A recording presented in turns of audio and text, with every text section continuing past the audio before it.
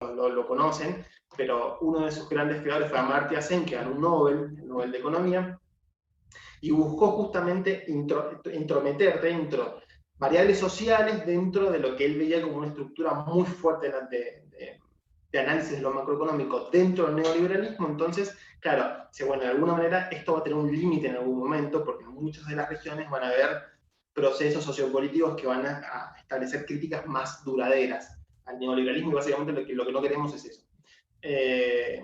Entonces, ya lo vamos a ver enseguida para el caso latinoamericano, pero el desarrollo económico o con equidad lo que buscaba básicamente era generar como mejores posibilidades socioculturales, de educación, desarrollo sustentable, la implementación incluso de la variable ambiental dentro de los procesos económicos, para de alguna manera establecer como un sentido común, un consenso que permitiera continuar con el mismo patrón de acumulación, digamos.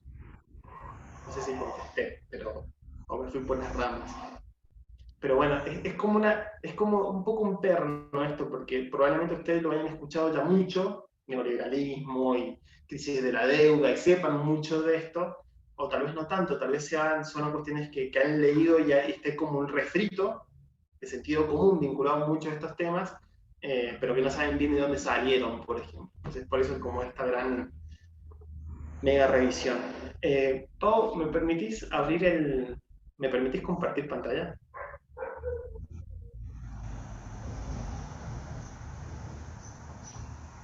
Gracias. No sé si, Pau, tenés algún comentario, recién no te veía, pero no sé si querías decir algo. No, no quiero decir nada.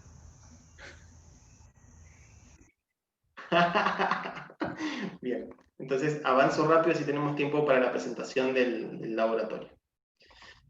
Estábamos recién, de alguna manera, en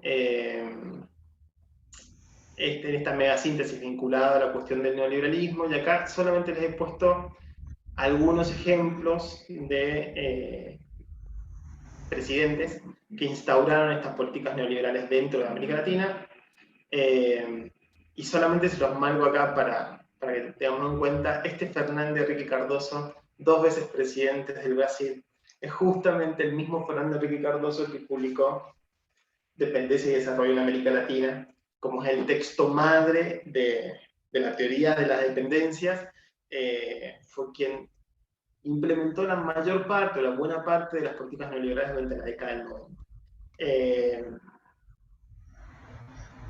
Hay una distancia entre el Fernando Henrique Cardoso como militante casi marxista, asistiendo al primer seminario de lectura del Capital de Marx organizado por Florestan Fernández en la Universidad de San Pablo en la década del 40.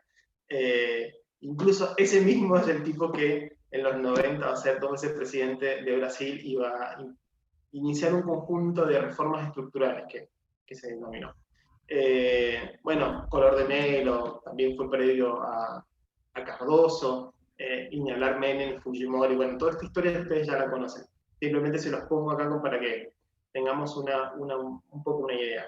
Todo esto se reflejó de alguna manera dentro de la discusión más fuerte dentro de la CEPAL y algunos organismos. Recordemos que los grandes organismos que vimos asentados en Chile para la década del 60, incluso los primeros años de la década del 70, algunos se cerraron y otros continuaron trabajando. Fue el caso de la CEPAL.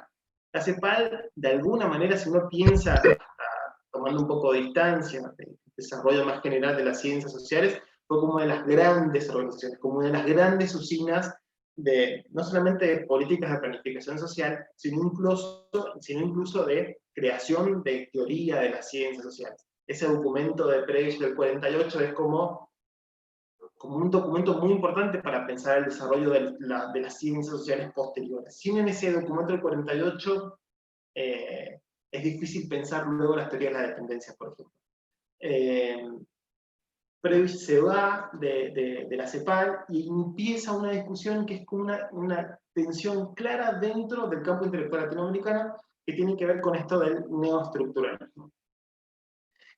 Este giro dentro de la CEPAL, esta transformación dentro de las discusiones de la CEPAL, se da dentro de la CEPAL, pero que se da dentro de las universidades más grandes de América Latina, porque incluso muchas de las personas que están debatiendo sobre el neoestructuralismo latinoamericano están debatiendo desde la Universidad de San Pablo, desde la Unicampi, desde la UNAM, desde la Universidad de Buenos Aires, desde la Universidad de Chile, desde la Católica de Chile. Digo, son aportes que están orientados por documentos de la CEPAL, pero que va a tener participación ya en esta época de un conjunto de investigadores de toda parte del mundo. Concretamente, dentro de la CEPAL, ese giro se va a institucionalizar ya en la década del 90 con la publicación de un libro en el 91. Y hay una cuestión acá fundamental y que tiene que ver con algo que mencioné anteriormente, con los límites del modelo de sustitución de importaciones como garantía para el desarrollo latinoamericano. Imagínense hablar de industrialización en esa década de los 80 en algún país de América Latina era como tirado de los pelos, o sea, si vinieron estableciendo o construyendo relatos vinculados a esto desde los 50, ¿por qué nos quieren vender algo que no funcionó? Eso sería como la discusión de sentido común. Pero ese sentido común se hizo carne, de alguna manera, dentro de la misma CEPAL, porque aún dentro de la misma CEPAL se tenían posiciones diferenciadas sobre lo que es el neoestructuralismo, o sobre lo que era el neoestructuralismo en ese momento.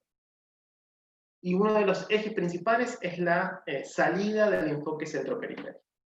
Digo, en ese momento del 48, lo importante, o sea, si fuese pregunta de examen, ¿qué es el estructuralismo cepalino? Por ejemplo, tal vez una buena estrategia sería que en ese momento del 48 se establece el enfoque centro-periferia para analizar las relaciones comerciales, mercantiles, del capitalismo y de la inserción de América Latina dentro del mundo, bla, bla, bla, bla. Sería ese como el caminito, de alguna manera. O sea que el enfoque centro-periferia era el enfoque central para la CEPAL, era el enfoque que permitía una categoría de análisis que desentrañara cuáles eran las posibilidades de desarrollo.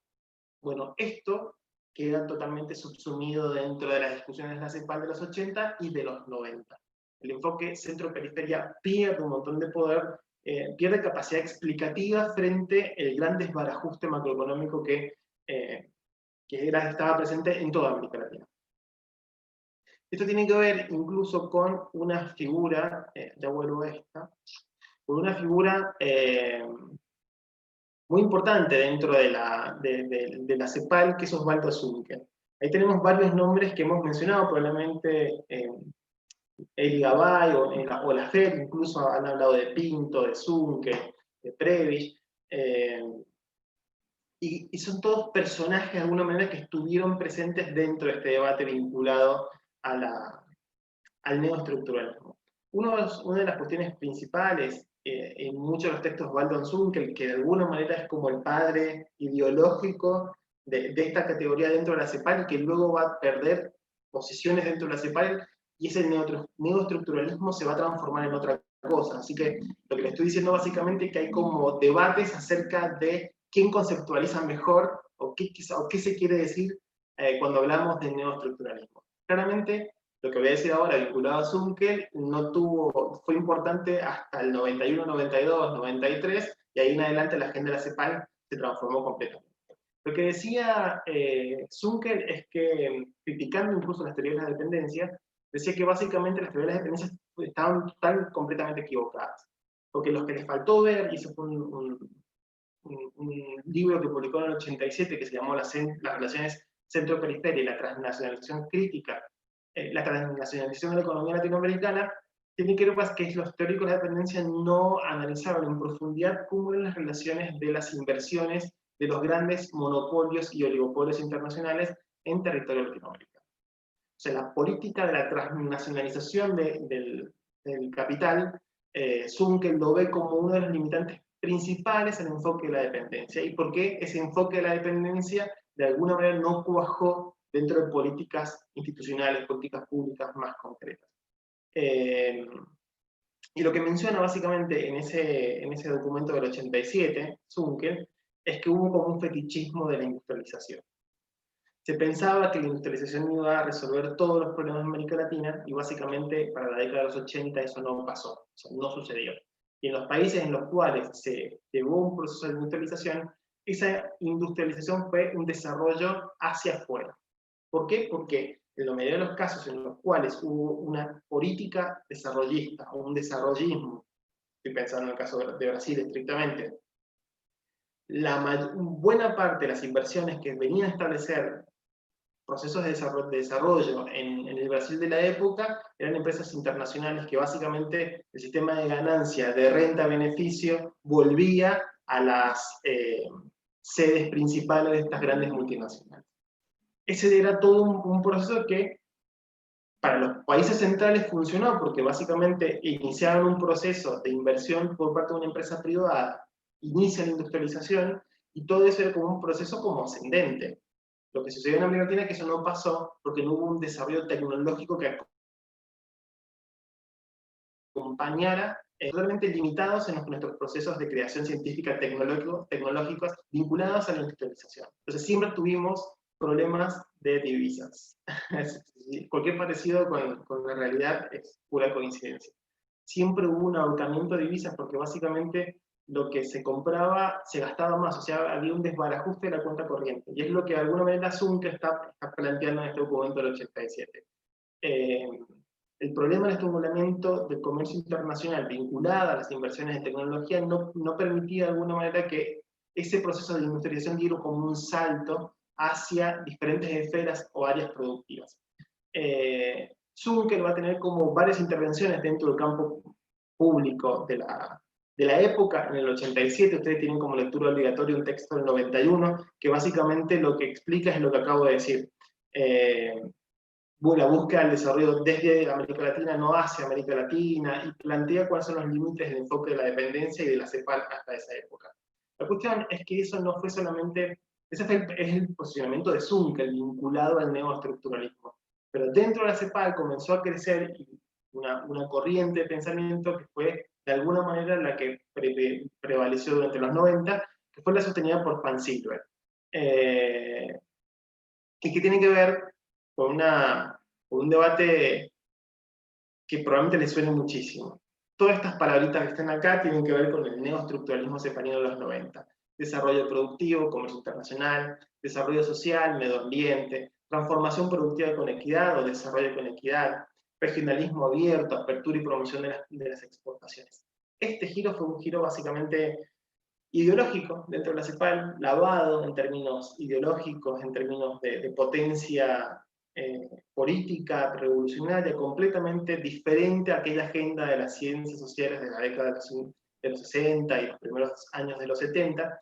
La CEPAL va a tener como un rol fundamental para el establecimiento de estas ideas que durante los 90 calaron a fondo los programas de la mayor parte de las carreras de economía y ciencia política de toda América Latina. No se podía hablar casi de procesos de industrialización o redistribución de la riqueza sin que se hablara de desarrollo con equidad, que se hablara de regionalismo abierto, de relaciones carnales para el caso de Argentina, la inserción de América Latina en el mundo globalizado, la globalización como destino.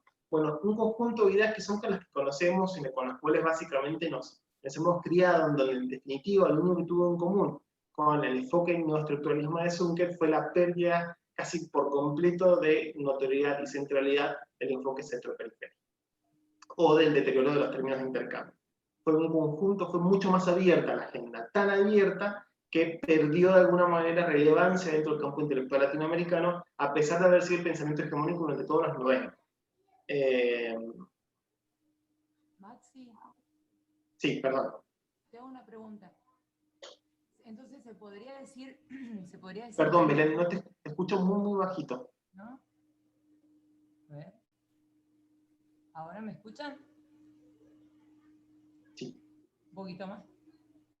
¿Se puede decir que el neoestructuralismo cepalino tiene que ver con todo lo que vivimos nosotros durante los 90, que tenía que ver con la reforma del Estado, con los procesos de privatización, con la ley del contrato de trabajo, con todos esos procesos?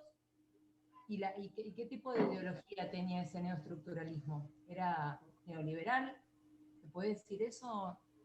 ¿O no cambió tanto el eje de la ideología? Porque si en algún momento pierde el eje que venía trayendo durante los 60, ¿qué rol ideológico asume en esta época? En parte sí, en parte muchos de los asesores de la CEPAL eran personas que se habían formado en Estados Unidos y claramente tenían como la bandera el establecimiento de cuáles eran las cuestiones positivas vinculadas al establecimiento de políticas neoliberales. Pero fue un poco más subrepticia, digamos, la política de muchos de los informes de la CEPAL durante los 90, finales de los 80 y los 90, porque al abrir tanto la agenda, al sacar la discusión política o macroeconómica, la dependencia, el centro del enfoque centro-periferia, claro, todas estas cuestiones que eran directamente críticas al modelo de acumulación se dejaron, se abrieron y permearon un montón de otras cuestiones más relacionadas con formas de estructuración de regionalismos, no relaciones bilaterales, sino con el medio ambiente. O sea, básicamente hubo un lavado, por eso digo de lavado, porque no fue que tuvo una política neoliberal. O sea, yo no me animo a decir que la CEPAL durante los 90 tuvo una política neoliberal, porque no fue así. Pero en muchos de los informes y muchos de los documentos, al abrir tanto la discusión y perder esa faceta más crítica, más tradicional del pensamiento latinoamericano, bueno, para muchos autores, incluso para muchos de los independentistas, la ven como la traición. O sea, básicamente para el mismo Zunkel, en muchos de sus últimos escritos, critica fuego esta CEPAL de los 80 a los 90, en donde él mismo participó de los debates y terminó perdiendo. Eso era lo que de alguna manera quería como relatarles. Pero aparte, incluso, las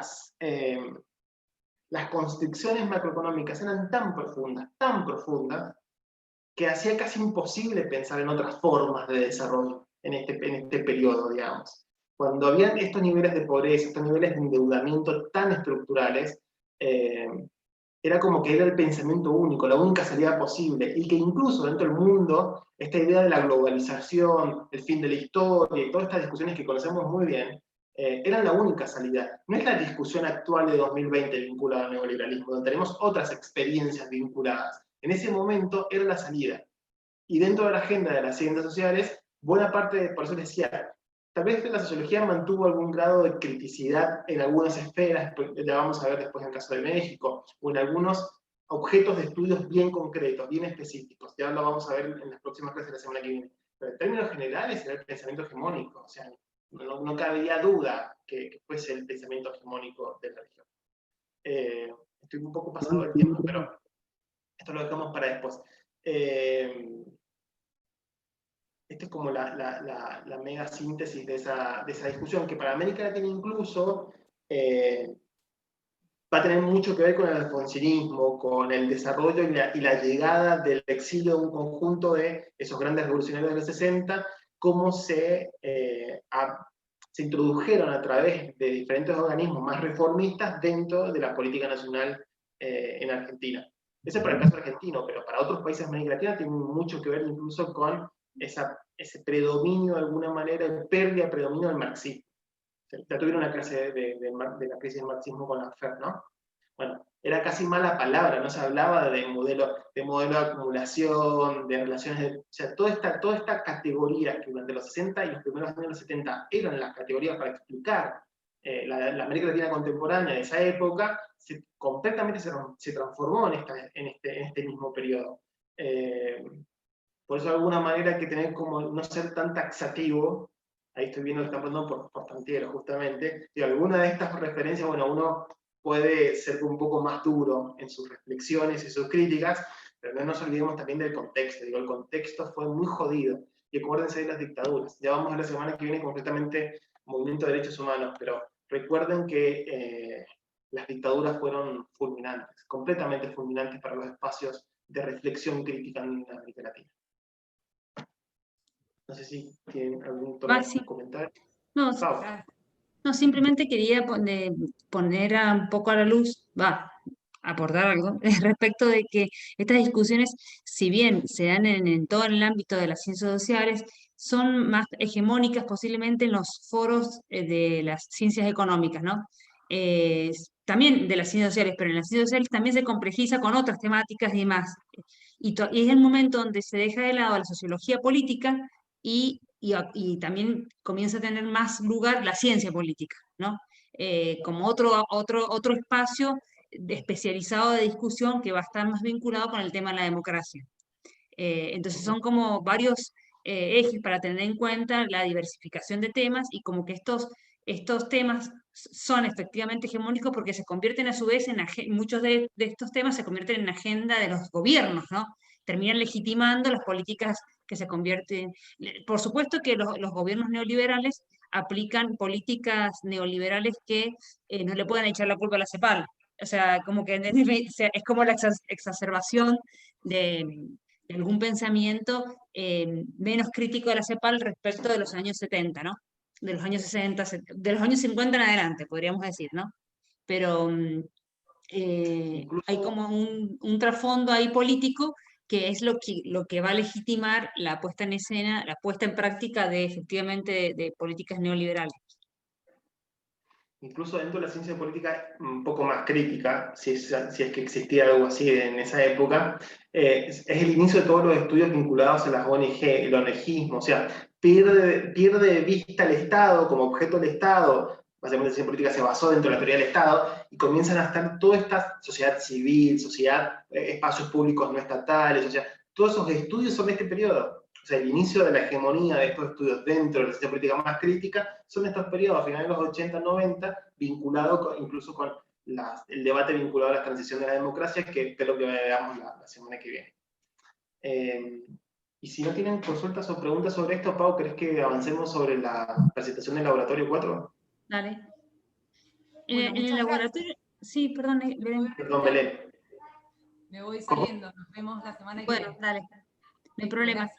En el laboratorio número 4 lo que vamos a tratar de hacer es poner en discusión o en debate dos escenarios distintos que se van a dar, incluso en el mismo escenario nacional, que va a ser México, respecto a dos agendas temáticas que, digamos, comparten un mismo escenario en la agenda de las ciencias sociales. Que por un lado, entonces la idea es comparar, cada grupo va a tener que comparar dos revistas que se van a publicar en paralelo, ¿no?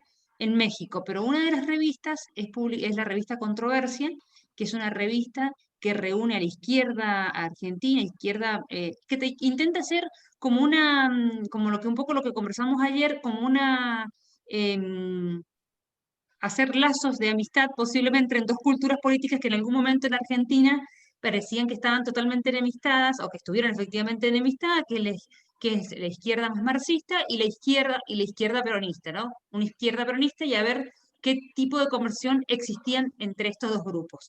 Esto está totalmente influenciado por las experiencias propias de cada uno de estos grupos, de estos intelectuales, respecto de su propia experiencia, de sus participaciones políticas previas, ¿no?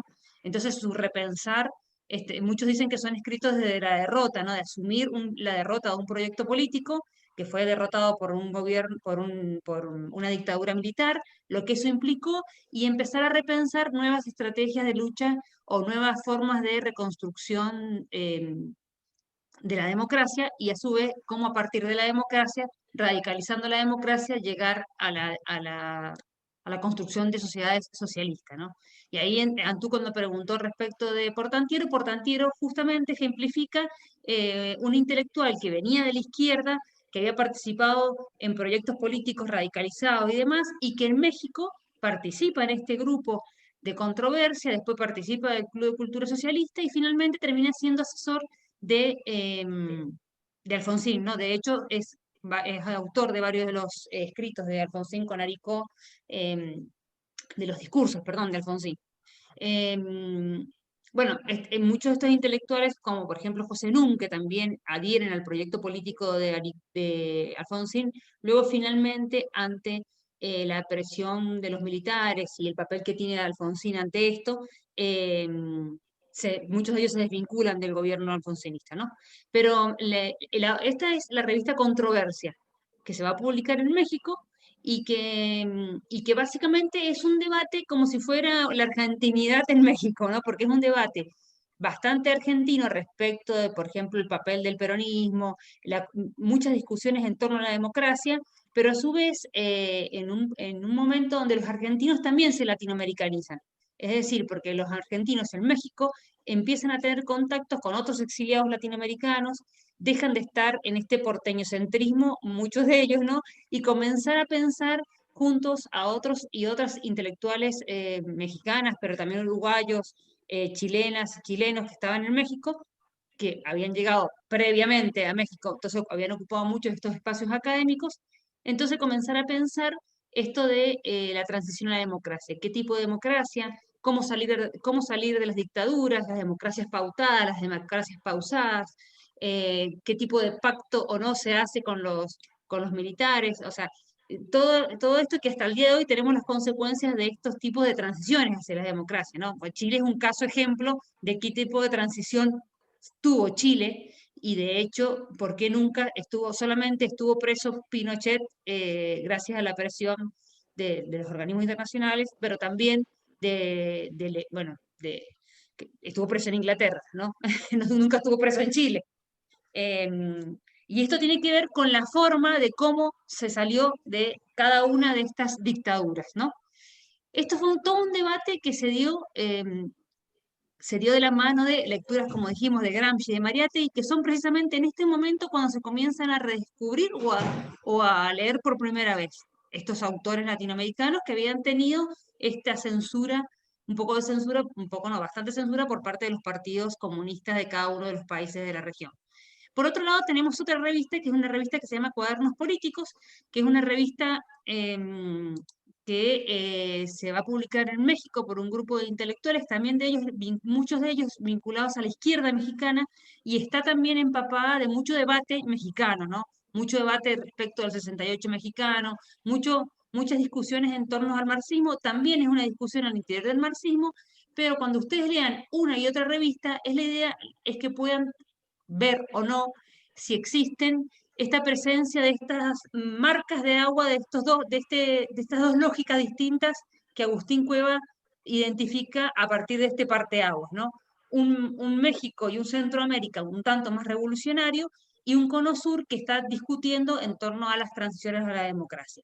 En México se va a dar la característica que se van a dar, es un espacio donde se dan los dos debates, ¿no? Porque por un lado se da el debate más, o sea, se sigue debatiendo en términos más revolucionarios, de una izquierda más radicalizada y demás, porque de hecho en este grupo de cuadernos políticos se suman muchos intelectuales de la izquierda latinoamericanas, como por ejemplo Rui Mauro Marini, Bolívar Echeverría y demás. O sea que en el otro grupo también, pero quiero decir que México reúne estas condiciones de tener ambos debates, ¿no?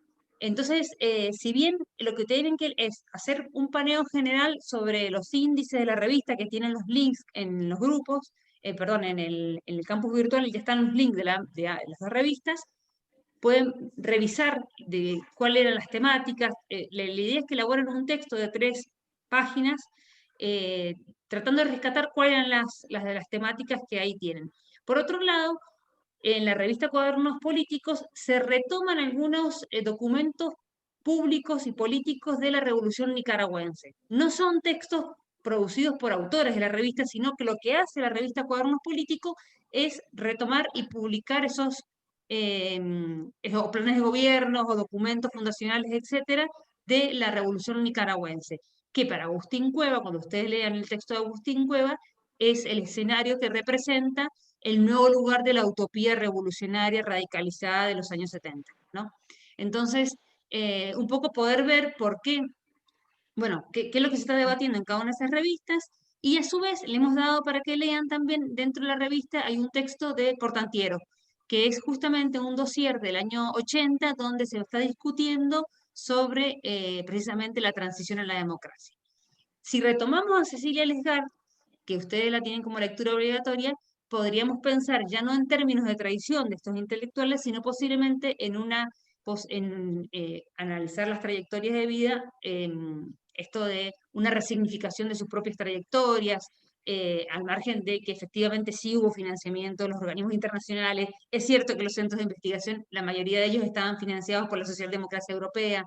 Eso sobre todo en Chile eh, es muy paradigmático, pero a su vez casi se convirtieron en el único lugar, en el único espacio que permitió la sobrevivencia física de los intelectuales y de muchas personas, ¿no? Porque este financiamiento logró con estos paraguas internacionales poder mantener con vida a muchas personas y también sacar a personas que estaban con peligro de vida de cada uno de estos países, ¿no?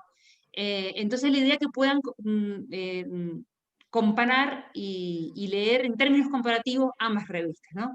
¿Qué debates, cuál es el posicionamiento? Por ahí, si pueden leer, por ejemplo, las editoriales, que es la presentación de cada una de las revistas, para que ustedes puedan ver, bueno, qué es lo que estaban debatiendo este grupo de argentinos en Controversia, y qué es lo que estaba leyendo el otro grupo y que estaba produciendo el otro grupo de cuadernos políticos.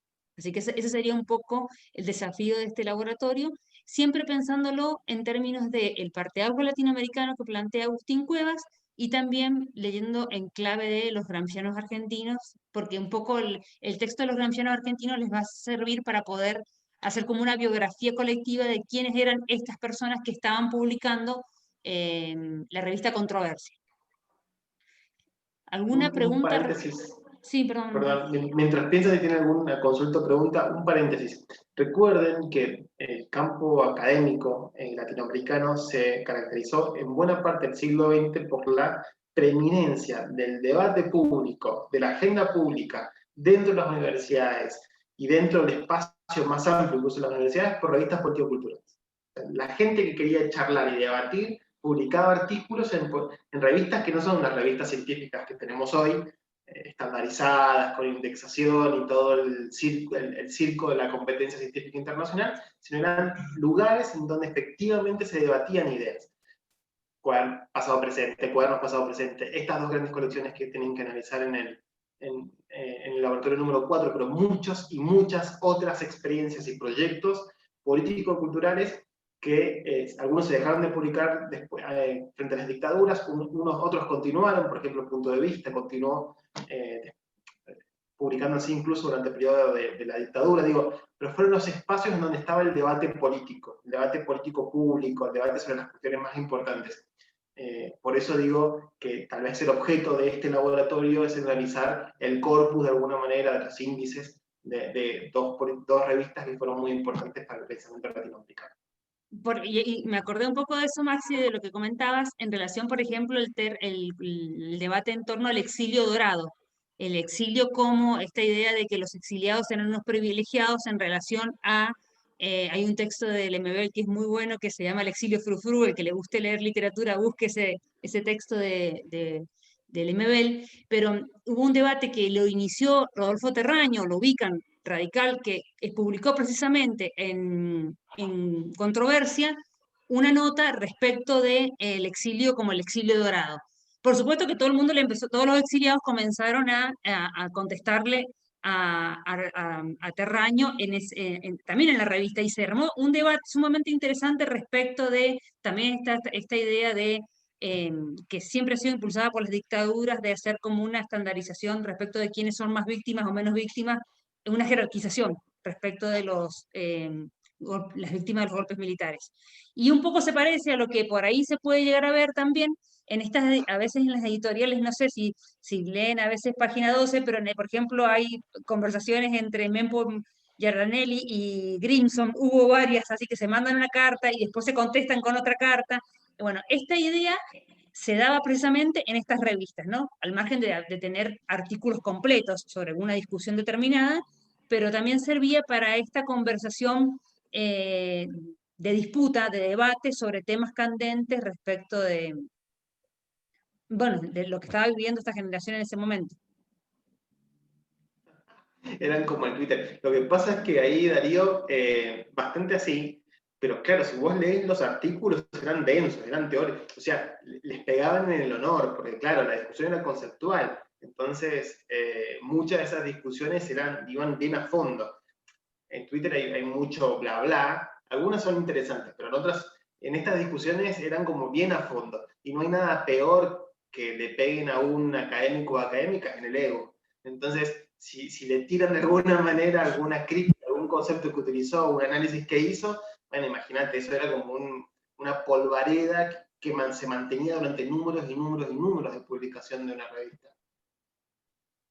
Y otra cuestión que me quedó pendiente cuando Maxi me dijiste que decir algo era respecto a Cardoso, que aparentemente parece que nada garantiza leer a Marx, solamente leer a Marx. No garantiza mucha igualdad para las personas, siempre simplemente leyéndolo. Así, igual, Total. cuando ustedes, la idea de esta materia, como lo vemos en términos, en distintas temporalidades, es tratar de no posicionarse, o sea, leer un autor pensando lo que lo está escribiendo en ese momento. No es que, digamos, efectivamente, Cardoso, quien estaba escribiendo eso, no es el mismo Cardoso que después estaba gobernando, porque uno a veces tiende a hacer como un relato biográfico coherente y efectivamente no existe esta coherencia, ¿no?